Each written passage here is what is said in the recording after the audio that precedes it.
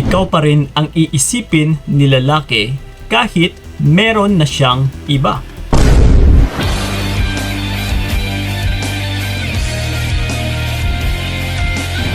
Yes. Ito mga utol, no, matitiyak ko sa inyo na ikaw at ikaw pa rin yung iisipin or yung papasok sa isipan ni lalaki, paikot-ikot, no, kapag nagawa mo yung bagay na ito. Kahit meron na siyang iba or kahit meron pa siyang bago. Yeah. So, karamihan, syempre, nakasagutan ng iba dyan ay, Kuya Kiko, paano niya ba ako iisipin? Paano niya pa ako babalikan kung meron na siyang iba? No? So, dyan pa lang nagpapahalata na po na hindi mo pa nga nagawa, wala ka pa nga ginagawa, pero negative na agad yung pumapasok sa iyong isipan. Na yung paniniwala mo is mali. Na yung paniniwala mo ay parang instead na mabuhayan ka ng dugo is mas lalo ka talagang mawawala na ng gana. No, Kuya Kiko, hirap na ako. Ayoko na.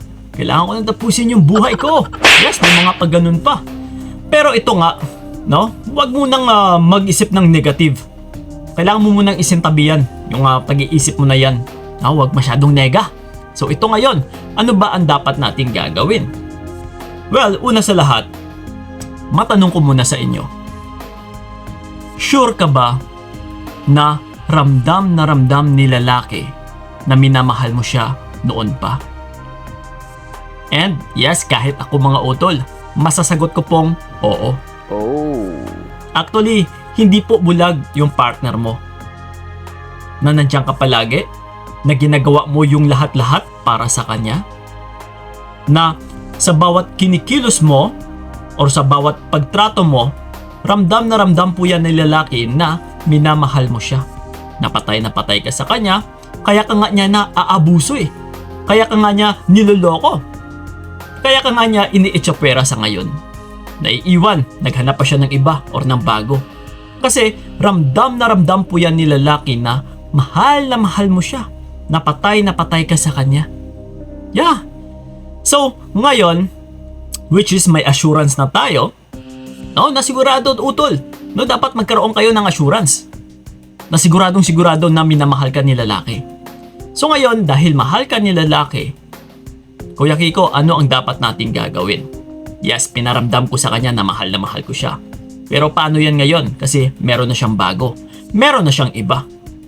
No? Maiisip at saka maiisip pa kaya ako ni lalaki? Yes, of course. Masasabi ko talagang oo. Maiisip at saka maiisip ka ni lalaki. Like I said kanina, ikaw at ikaw yung iikot sa isipan ni lalaki, sa kanyang kokote, kapag ginawa mo yung bagay na ito. Walang iba utol, ito diretsahin ko na kayo. Palagi ko po itong sinasabi. Kundi, dumistansya. Yeah, kailangan mo agad tanggalin yung presensya mo sa taong ito. No? Minamahal mo ba yung sarili mo?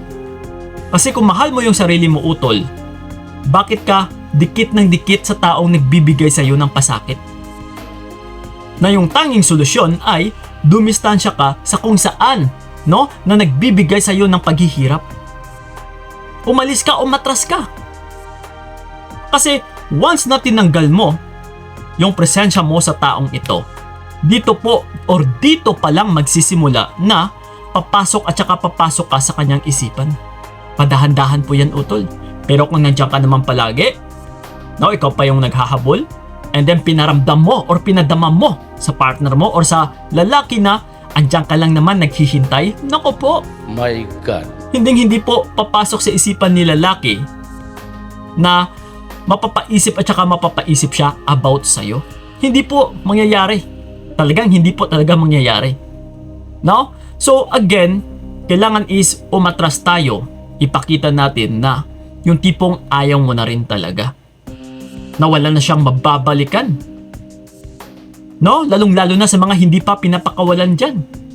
Na, Kuya Kiko, yes, meron na nga siyang bago pero bakit ganun? Gusto ko nang humiwalay sa kanya pero ayaw niya naman. No, so paano? Ako yung nahihirapan. Hindi ako makaka-move on. Yes, talagang hindi ka makaka-move on kapag andyan ka pa kumakapit. Kapag hinayaan mo na si lalaki pa yung pinapapa-decide mo. May karapatan ka na dito utol na mag-decide. Lalong-lalo na kapag niloloko ka. Lalong-lalo na kapag dalawa na kayo, marami na kayo na ipinagsasabay ng lalaking ito. Ikaw na yung biktima dito. No? Kagaya sa sinabi ko dati. Kung may nahuli kang magnanakaw, and then ikaw na nga yung biktima, tapos tatanungin mo pa yung magnanakaw, hoy, ano, ipapakulong ba kita? Syempre, kung tatanungin mo kasi yung isang magnanakaw, dedepensahan niya rin syempre yung sarili niya.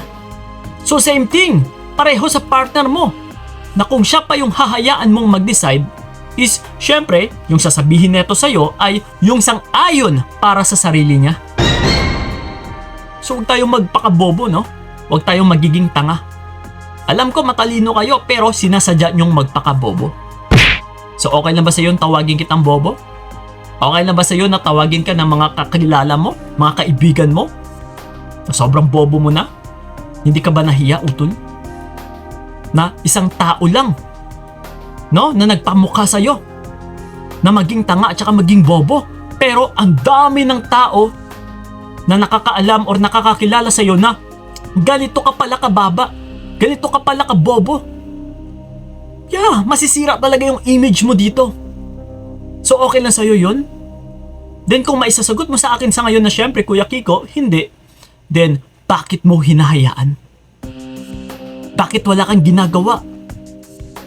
Bakit hindi mo sinusolusyonan? Bakit hindi mo inaayos ang iyong sarili? Dahil ang lahat ng ito ay magsisimula po yan sa sarili mo. Na kung wala kang aayusin, walang magsisimula. Walang magbabago, utol. So, ngayon sa pag-atras mo, no, tinanggal mo yung presensya mo sa lalaking ito na buong alam niya na yung conclusion niya is mahal na mahal mo siya, patay na patay ka sa kanya dati. Yeah, alam na alam niya yun. Ito ngayon, umaatras na. So, dito na po papasok yung presensya mo, yung halaga mo, yes, yung mga pagtrato mo sa kanya, no, kagaya sa pagmamahal mo sa kanya, dito na po yan papasok sa isipan ni lalaki na, uy, yung taong nagmamahal sa akin. Yes, kasi alam na alam niya yun na minamahal mo siya.